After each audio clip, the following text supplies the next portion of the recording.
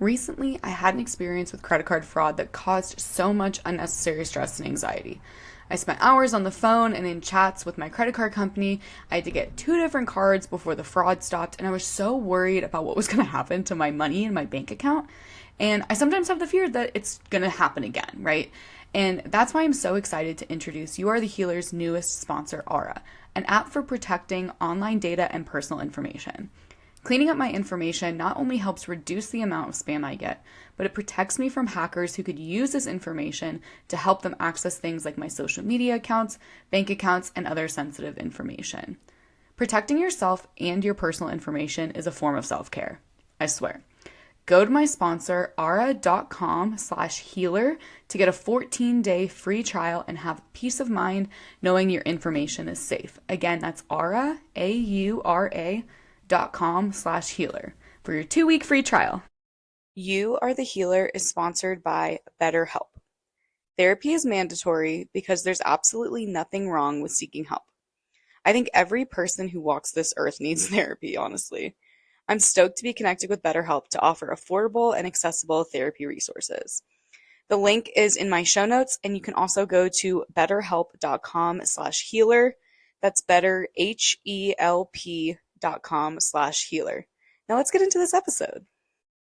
Hello, and thanks for tuning back into You Are the Healer. My name is Sydney Rinderknecht. I am your host. If you are new here, hi, thanks for tuning in. If you have listened to the message before, thank you so much for coming back. So I am excited to do this episode on rest as a revolution for so many reasons. I've been wanting to do it for a while. Rest is so imperative in healing, and I think there's such a good historical message behind it. It's all about conditioning, and I've actually had these show notes edited for a while, but it just hasn't felt like a good time to talk about rest until recently, where I am on brain rest right now because I received a concussion 2 days ago. I was snowboarding and going a little too fast and hit a ball of ice, actually.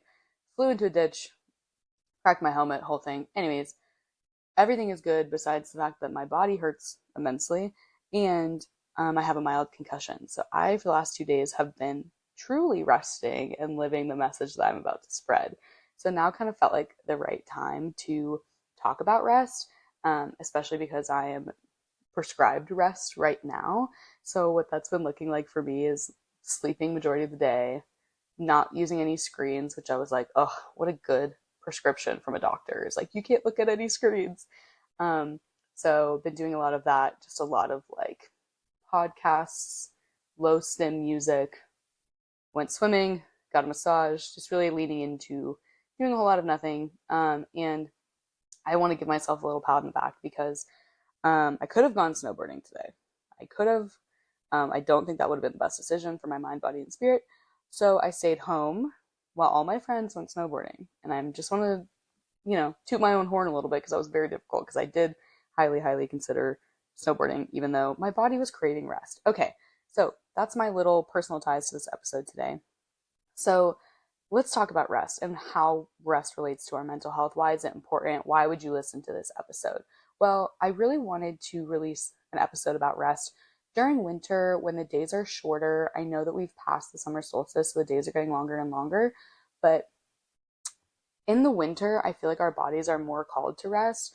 There's less sunlight, there's less light to be doing things outside. And so typically in the winter, we do a lot more resting, but we live in a society that does not prioritize rest. It doesn't value rest because the society we live in really teaches a narrative that your productivity, how much you produce, how much you do, how much you make, the grind, all of that stuff equals your worthiness, which is total BS, totally not true.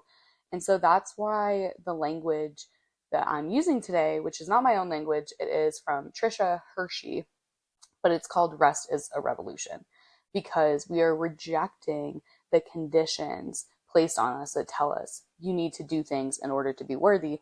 Actually, you can do nothing all day and still be worthy. We are inherently worthy as human beings. And that is the healing message that I want to share today.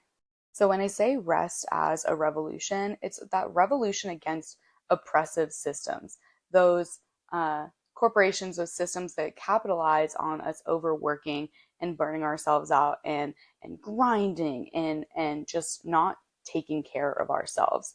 And historically, with minorities, marginalized communities, enslaved people, rest was often denied as a means to control these groups of people, right? And so this revolution is, like I said, it stems from Tricia Hersey, who is an activist about rest as a revolution. And she actually started something called a nap ministry, which I think is so dope, which basically promotes rest as a form of social justice and liberation. So I have to talk about this piece in order to talk about the self-care piece, because prioritizing rest stems from this historical means of control over marginalized groups of people. And so I really wanted to give credit to where this idea came from. Like I said, totally not my own. I just freaking adore it. So in prioritizing rest and self-care in an oppressive society, that is an act of resistance, especially in a culture that prioritizes hustle and grind over everything else. So by taking time for yourself, and rest can look like so many different things, taking time for yourself in a society that does not value that you don't get like a monetary reward for that, that is truly, truly powerful. And so prioritizing our rest means that we kind of reject this narrative that we are tools for someone else to use, that we are, me and my friends have this term called cog in the machine or cog in the wheel. Like whenever we have to work, we are just a cog that is forced to grind. And prioritizing our rest means that we are rejecting that narrative. We are not just cogs in the machine. We are not just a little puppet for a company to use. We reclaim our power. We reclaim our humanity. And we say, rest is a right. Rest is a need. It is essential for our well-being. It is not a reward. It's not a treat because we were really good and productive. Oh, I had a really, really long productive work day. I'm going to reward myself with a nap. You don't need the productivity in order to enjoy the rest, in order to need the rest. There are times when our bodies call for more rest, like in the winter, or if we're going through something really hard, or maybe we're injured, or maybe you gave yourself a concussion. There are times and seasons where our bodies naturally want to go inward and shed those leaves and sleep more, and that is okay. There is nothing wrong with it. The only reason, or one of the reasons why we feel like there's something wrong with it, is because we live in a society that pushes this agenda that we need to work to be worthy, and that is so not true. So like most episodes, we will start by defining what is rest, why is it important on our mental health journey, and how can we live and incorporate rest into our lives so that we can be the happiest, healthiest version of ourselves. Let's get it. So rest can mean a state of relaxation or sleep, or the act of stopping an activity to regain strength.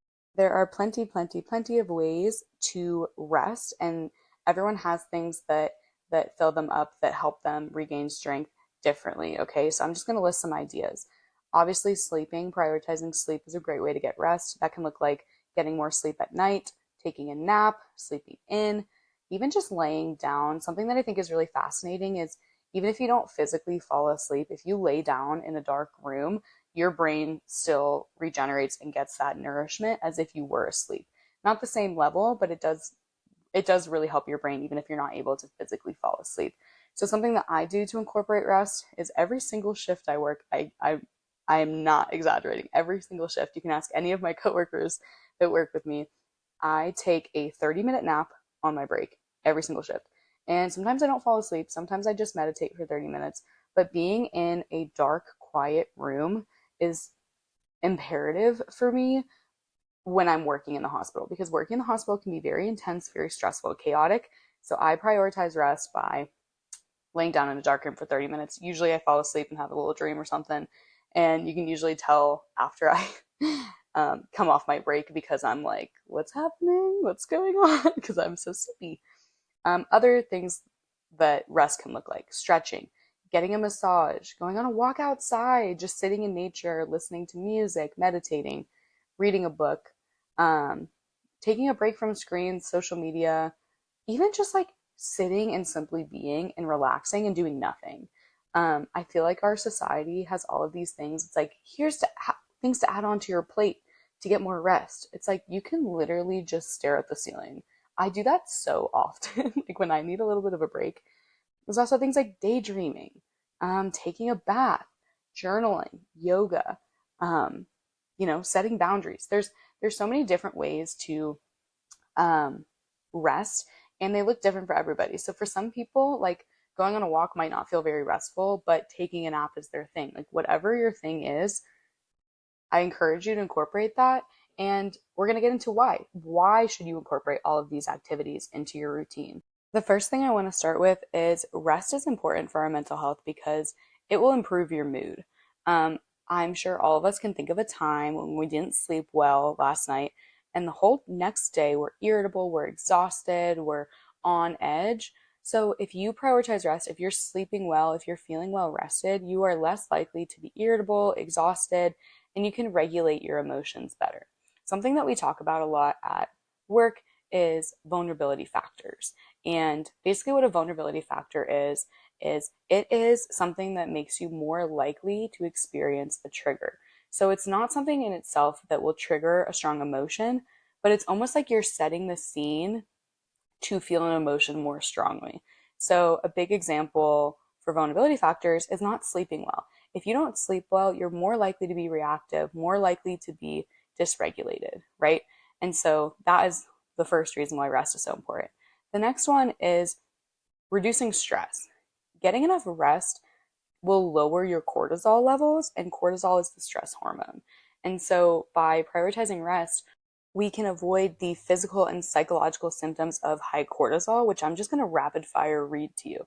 Weight gain, fatigue, mood changes, muscle weakness, skin issues, that's acne, stretch marks, redness, flushing, headaches, sleep issues, brain fog, high blood pressure, constipation, bloating, diarrhea, menstrual issues, bone issues, increased thirst, frequent urination, slowed healing. These are all things that our body will start to do if we are really stressed out and we are not prioritizing rest. Rest also improves your cognitive function. It can help you focus, it can help you remember things, make decisions, think clearly. Okay, these are all really important things when it comes to not just your mental health, but like being a human, right? And the last benefit I want to talk about with why rest is so important for your mental health is because it can help you gain perspective. I'm sure we've all had a time where we've been faced with a really difficult situation and you're like, you know what, I'm just going to sleep on it. And you sleep on it and you wake up with so much more clarity and a level headed mind to handle the situation that you're in. And maybe the rest also helps you gain perspective on a creative outlet or, something in your work life. And if we're not prioritizing rest, if we're just go, go, go, we're going to get farther and farther away from a level of safety. And we're also going to get farther away from our intuition. So we know why it's important to rest for our mental physical health. But now the question is, how do we prioritize it? How do we incorporate it in a world that does not value it? And there's really, unfortunately, no short-term quick fix because I like to think of societal conditioning as like brainwashing. And so you can't just, I mean, it's pretty hard to just wake up and not be brainwashed. And it's slowly over time reframing your beliefs and choosing a better narrative that means I don't have to do anything in order to be worthy. I was born worthy. And depending on how deeply ingrained in conditioning you are, that might take a really long time. And so the most important thing is to please be patient with yourself. We live in a society that teaches us something so different than who we actually are. We are so worthy and important and significant, and we matter just for being ourselves, for just being. And we live in a society that teaches us that actually that's not true, that we have to work and work and work in order to contribute, which is so not true. And so be patient with yourself. It's going to take time to unlearn these negative narratives, and that's okay. I've been slowly stripping away this and multiple other facets of conditioning for years, and it's a process. And like many things, it's a journey, right? So it'll take time and you'll relearn the same lessons over and over again, and just be kind to yourself as you learn these lessons. So something that I think is really cool in the topic of rest is actually this Japanese art of napping. It's called Inemuri, which basically means to be present while sleeping. And it's a huge part of the culture in Japan. And a lot of people will take naps in public and at work. And instead of being seen as like lazy or slacking off, it's actually a sign of dedication and hard work. And there's a ton of benefits to being present while sleeping, taking public naps. And I think it's really cool that the Japanese culture isn't to shun people who take naps. It's actually, oh my gosh, they're working so hard, they're so dedicated. So the benefits of Inemuri, or being present while sleeping, taking these short public naps, whether you're commuting on the train or you're at your desk, you just put your head down for 5 minutes. The benefits are it can help with brain fog, it can improve alertness and cognitive function, it can help reduce stress, it can prevent exhaustion, it can improve mood, it can help boost the immune system, it can help increase creativity, and improve your memory. And so I just thought this was a really cool little tangent because our society, I feel like, especially in America, is not very nap friendly. Like I said, big advocate for naps at work. And frequently people are like, how do you do that? Like, oh my gosh, I can't believe it. And I'm like, what, you can't believe that I'm prioritizing rest when I'm in this hospital for 13 hours? Like, I surely can believe it. So obviously sleep is a really big part of rest, and that can look like taking naps throughout your day. That can also look like making sure that you have a very healthy sleep routine and sleep environment. So something that I find that's really helpful in feeling rested and having a good sleep schedule is having some type of evening routine, having something to wind down so that your brain and your body knows, okay, it's time for bed now. So that can look like journaling before bed. That can look like stretching. Very important to not be on screens, your phones, any device before bed. There's lots of data that the blue light from all of the screens keeps you up at night. I'm sure this is not the first time you've heard it. So creating some type of routine that signals, okay, it's time for bed. And I will put my phone in my bedroom, like plugged in a way so that I can't even go on it. And then I'll journal, I'll do my reflection questions of the day, I'll usually meditate, and reading before bed is a really great way to fall asleep.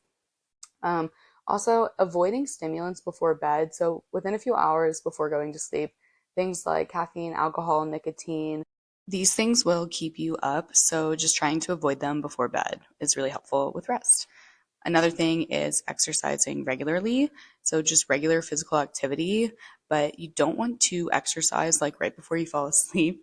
For a little bit, I was doing Muay Thai, which is like this Brazilian kickboxing, and my class time was 8 to 9 p.m. And so I had a really hard time falling asleep before, like after the class, before work. So I would not recommend doing like a really high energy workout before bed, but just physical activity will exert yourself and help you relax and fall asleep.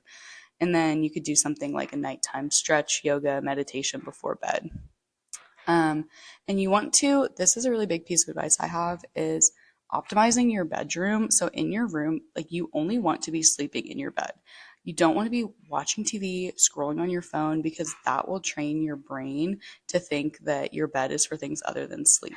So really just making sure that when you're in bed, you are sleeping, or like you're not just like doing random things like crafts and binge watching TV and all of that stuff, because then your brain won't associate your bed with sleep and it'll be harder to sleep.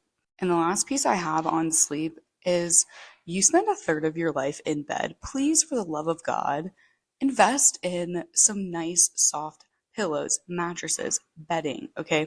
I was the type of person up until recently where I would get my mattress for like $25 off Facebook Marketplace. In college, I got a mattress from the streets. And honestly, it was a Tempur-Pedic. It was a great mattress. But I really feel like I became a true adult when I spent a good chunk of money on a real nice mattress, because like your sleep is so important. You do it every single day, and investing in a good mattress, yes, financially might be a little stressful, but like you will reap the benefits through and through. You'll be able to sleep better, and then everything will just fall into place. So if you have a crummy mattress, pillows you don't like, sheets, all that stuff. Like really investing in that will really help you transform your relationship with rest and sleep. Some other ways to prioritize rest is to literally schedule it into your schedule. I've heard this quote somewhere that says, if you don't determine what's important to you, the world will do it for you. And so if you don't make time, if you don't schedule in time to rest and to relax and to decompress, the world will keep you busy, busy, busy, doing, which is what we want to move away from.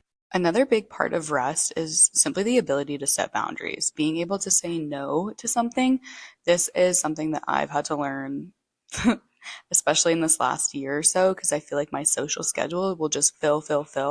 And if I don't have boundaries, if I don't say no, I will exhaust myself. I will burn the candle at both ends, is what a lot of people say. So setting boundaries, being able to say, no, I really need to prioritize my sleep tonight, or no, I don't want to go out, I need a relaxing evening. Things like that will really help your longevity, and it'll really prevent you from getting burnt out too.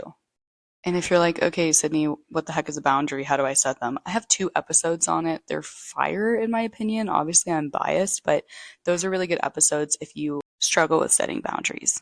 Other ways to prioritize rest is to take a break from social media. There are so many benefits from taking a week off, 2 weeks off, even just a day off of your screens, of social media. It's such a dopamine depletion. And so really disconnecting and being tuned into the present moment is a great way to feel rested. And I also want to touch on really the culture of like multitasking in our society. I feel like a lot of times, especially in this like go grind culture in our world, that we are trying to do like 8 things at once. And so something that can be very restful and really mindful too is monotasking. So simply doing one thing at a time. I know it sounds so like obvious and like duh, but that is really, really helpful. It's something that I find myself, I often try to do like 8 things at once. And when I really just sit down and do one thing at a time, not only does the quality of the thing that I'm doing really increase, but my present awareness of it, my own mental health is a lot better because I'm really focused on it. And so monotasking is another great thing to do to feel rested in your day-to-day life. And the last strategy I have for prioritizing rest is, it's so simple, but taking breaks. This could mean like if you're grinding away at your laptop, just going on a 5-minute walk, going to the bathroom, drinking a cup of water. So I think a lot of times we're like, I'm not going to walk away from this project or this work until it's done. But if we take a quick break, our productivity will increase because our minds aren't meant to focus for 8 hours straight. So whether that means, taking a lap around your office, whatever a break looks like for you. For me, it's like becoming unconscious for 30 minutes at work, but really just being able to walk away from a task, even when it's not finished, will really help you in the long run.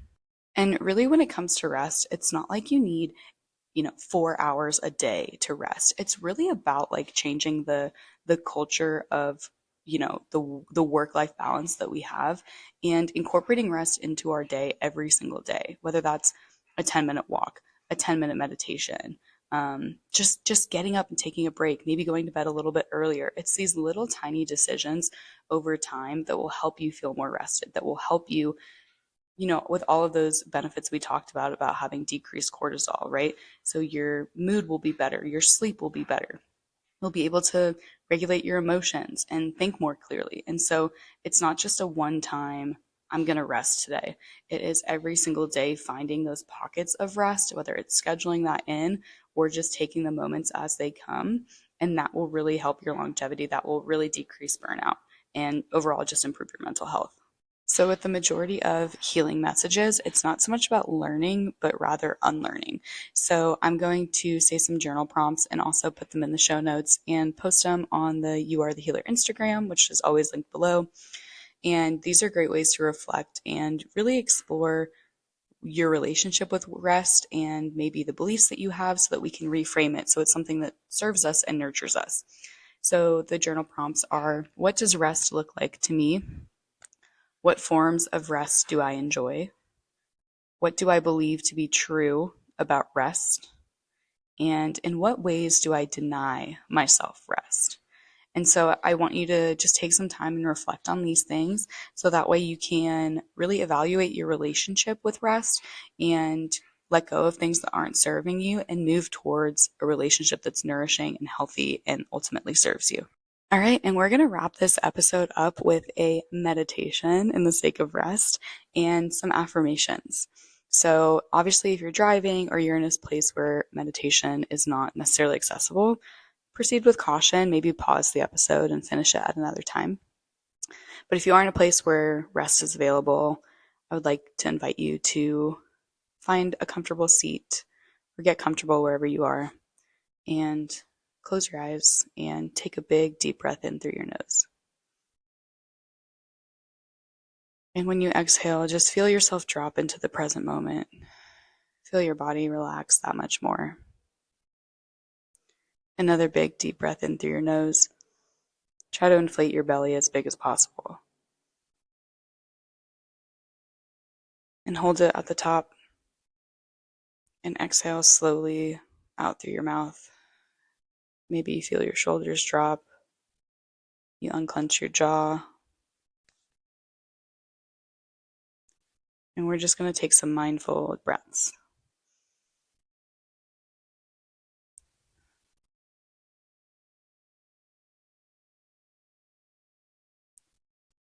And so I will say these affirmations.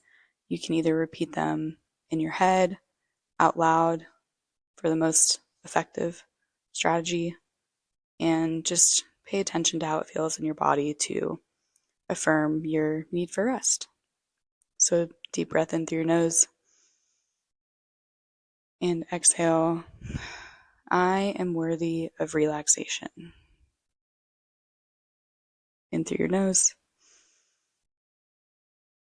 I am grateful for the opportunity to rest and rejuvenate. Breath in. I give myself permission to do what is right for me. Inhale. I am enough as I am. Inhale. I am allowed to slow down. Inhale. I am allowed to say no to anything that doesn't serve my highest good. Inhale. I make space in my life for silence.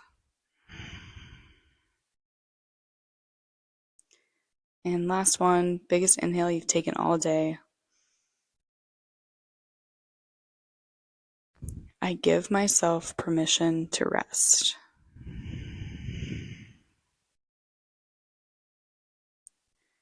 And we'll take some more mindful breaths.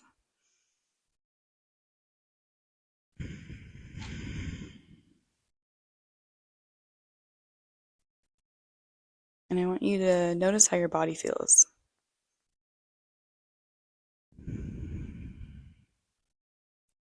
Notice if your mind is going anywhere. And go ahead and give yourself a big hug. And thank yourself for taking this time for yourself. And know that you can give yourself these pockets of rest whenever you need it, whenever you need to slow down. And know that you are worthy of rest. You are worthy of having your needs met. You are worthy of love. And it's okay to slow down. It's okay to relax and to just be. You don't have to be anything else. Thank you so much for listening to this message. I love you so, so, so, so, so much. And you can support me with the links below. And until next time, may you be well.